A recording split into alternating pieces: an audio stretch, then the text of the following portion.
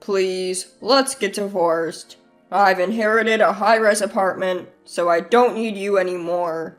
My husband, who had been away on a business trip after a fight, came back and dropped this bombshell on me. Yet my heart felt strangely calm. Fine, here's the divorce paperwork. I handed him the divorce papers, already filled out on my end. He looked shocked, but quickly signed them, not fully grasping the hell he was about to experience. He left with a smile on his face. I'll wipe that smile off soon enough. My name is Diana. I'm 24 and live in a rural area far from the city. I went to nursing school at 18, graduated without a hitch, and became a nurse.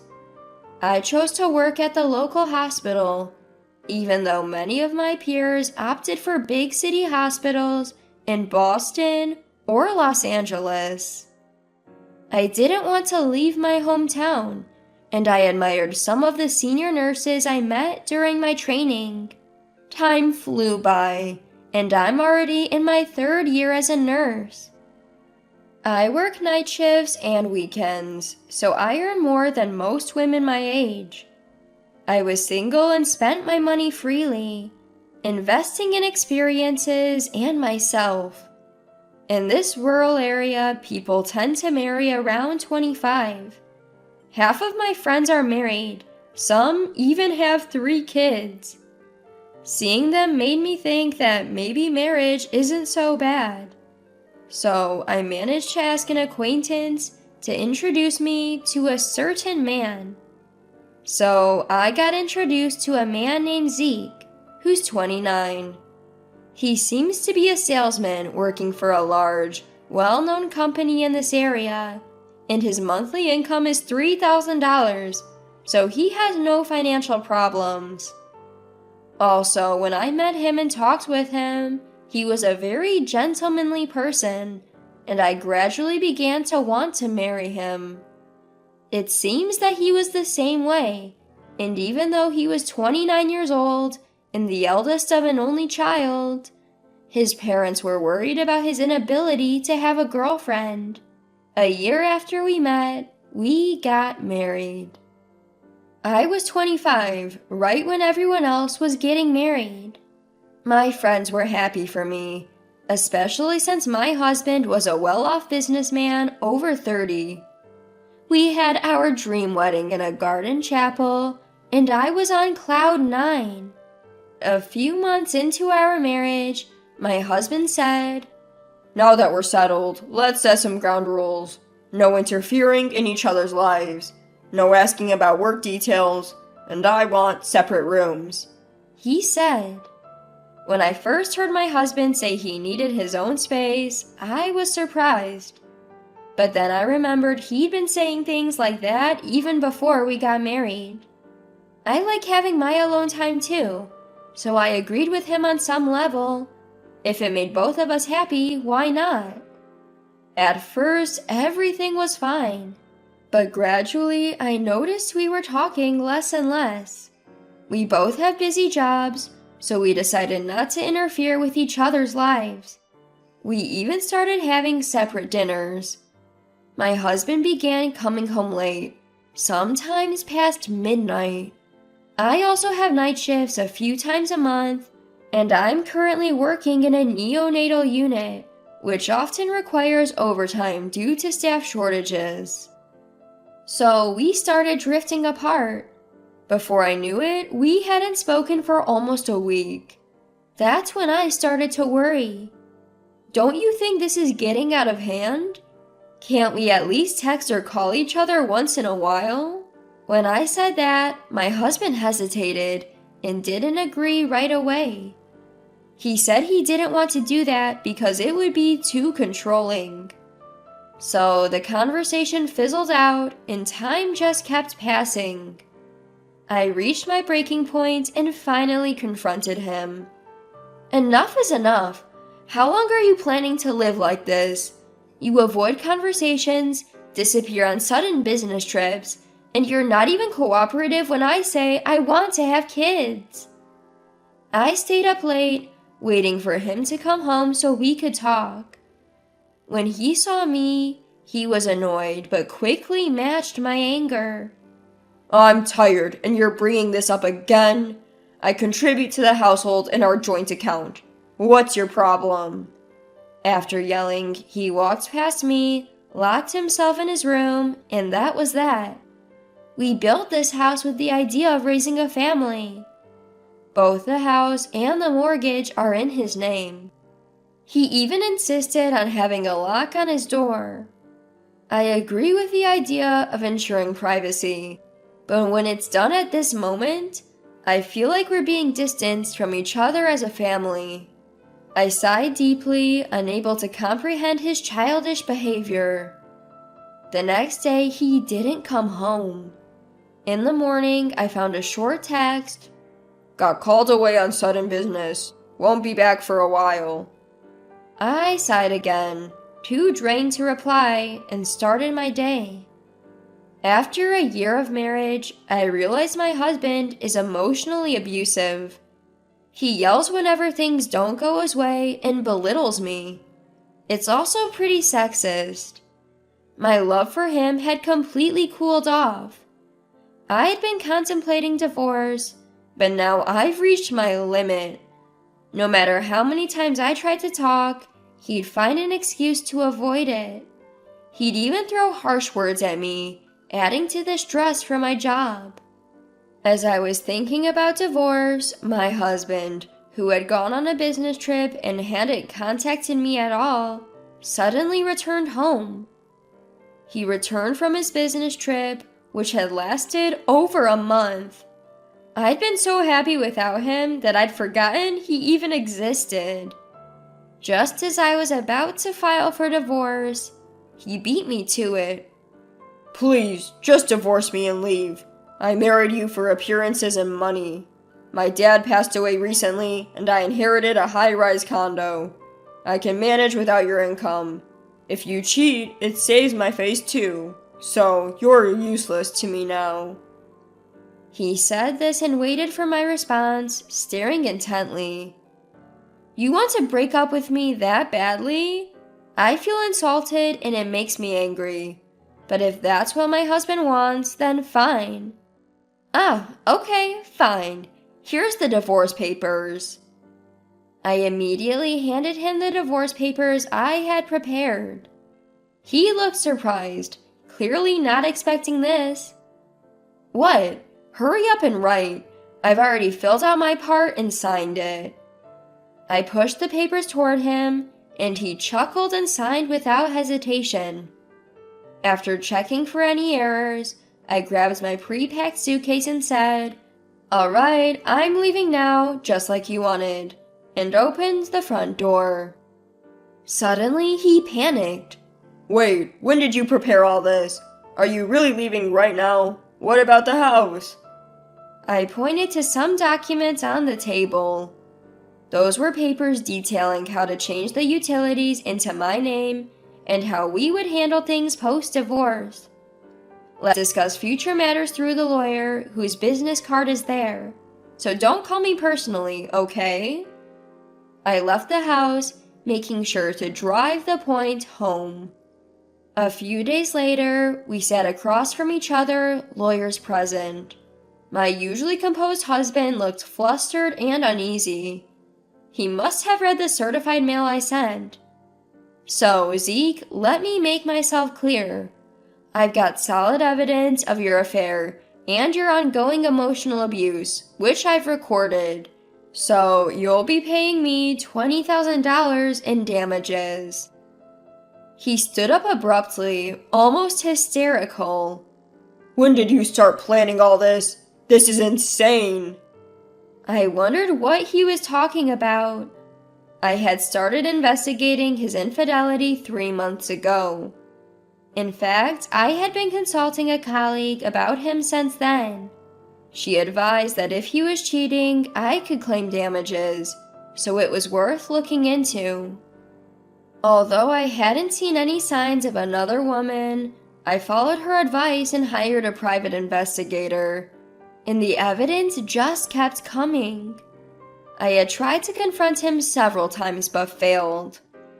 The only time I could finally confront him was that night, but I had known about his infidelity for a while. I even hired the investigator again when his business trips conveniently increased.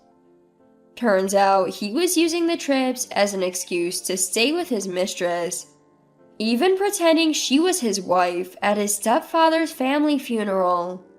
So I knew exactly what he was doing while he was away on business. I also knew his stepfather had passed away, but since I wasn't invited and barely knew the man, I didn't attend. During this time, I learned from the investigator that my husband was planning to inherit and sell a high-rise apartment with his mistress. So I packed my bags right away.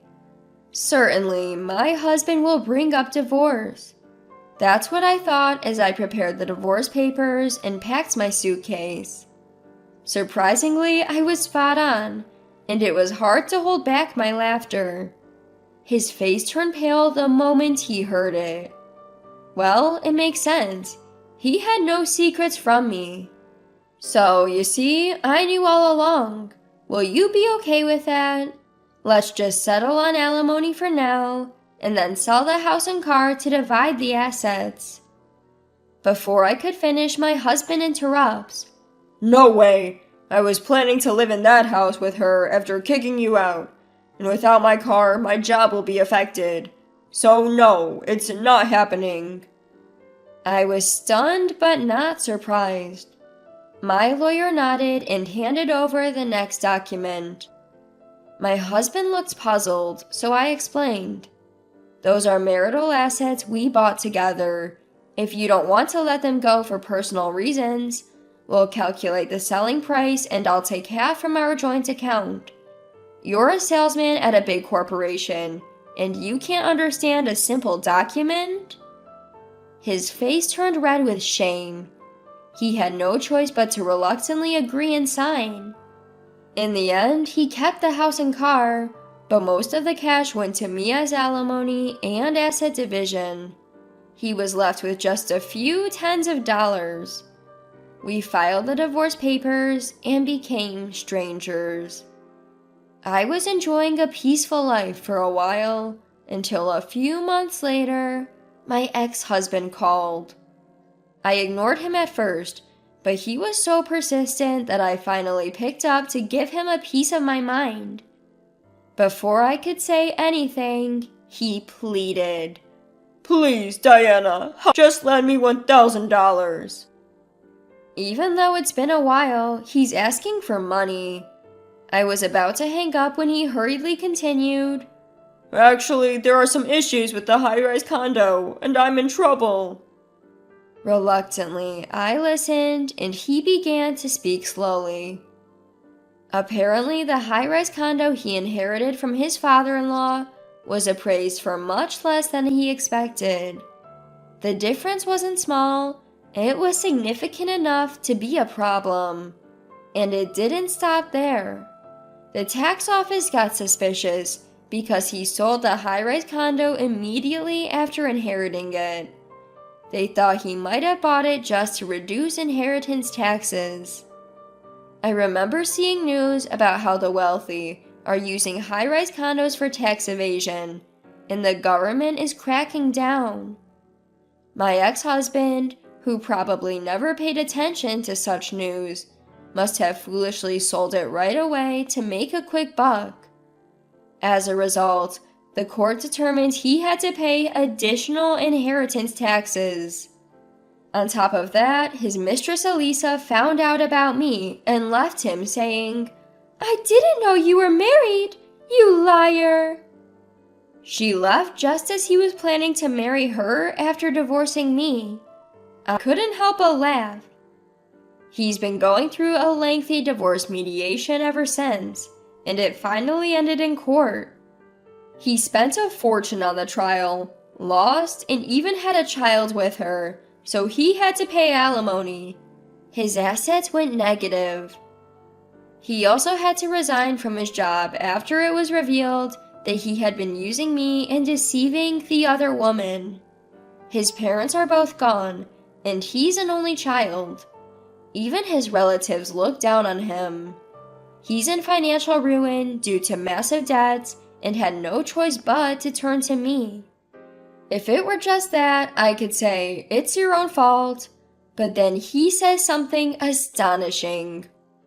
We were married once, so you should support me. You've been ignoring all my messages, so you have some responsibility too, right? Is he trying to say that I'm also to blame? I'm not particularly empathetic, cute, or beautiful. Still, I thought it was absolutely wrong to be held responsible alongside such a lowlife. Enough! Who would support a man like you? You're an adult, clean up your own mess. Aren't you ashamed to hear this from someone younger than you? I said that and hung up without listening to his reply. He kept calling, so I answered and said, if you call again, I'll report you to the police for stalking. And the storm of calls stopped. I wouldn't put it past him to show up at my house. So I moved to a secure rental condo and changed my phone number. He hasn't contacted me since. I later learned about his miserable fate through mutual acquaintances. Desperate for money, he resorted to theft. At first, he was shoplifting sandwiches from supermarkets and had been warned by the store manager multiple times. He didn't stop even after the police gave him a severe warning. He was supposed to have settled things with the supermarket after the police got involved, but my incorrigible ex-husband did it again. Of course, the supermarket was watching him. The moment he walked in, they kept an eye on him. And, as expected, he shoplifted again. This time, a young part-time female employee chased after him at full speed. She was a college student and a track and field athlete who had competed in national championships, so she easily caught up to him. However, the strength difference between a young woman and an adult man was too great, and he ended up causing her injuries, including a fracture that took 2 weeks to heal. That incident led to his prosecution for repeated theft and assault, and he was found guilty with a suspended sentence. Now he's homeless, living somewhere downtown, relying on the kindness of strangers. When I heard this, I couldn't even laugh. It was too tragic. But he brought it upon himself. He had no choice but to accept his fate as his own doing. As for me, when I turned 30, I transferred to a major hospital in Los Angeles as part of a promotion. I met a clinical engineer there, and we hit it off and started dating. He chose to be with me, even after I told him everything about my past. We dated carefully, lived together for a while, and got married at 35. Since I had built up a decent career, I decided to take it easy on the work front and focus on preconception care.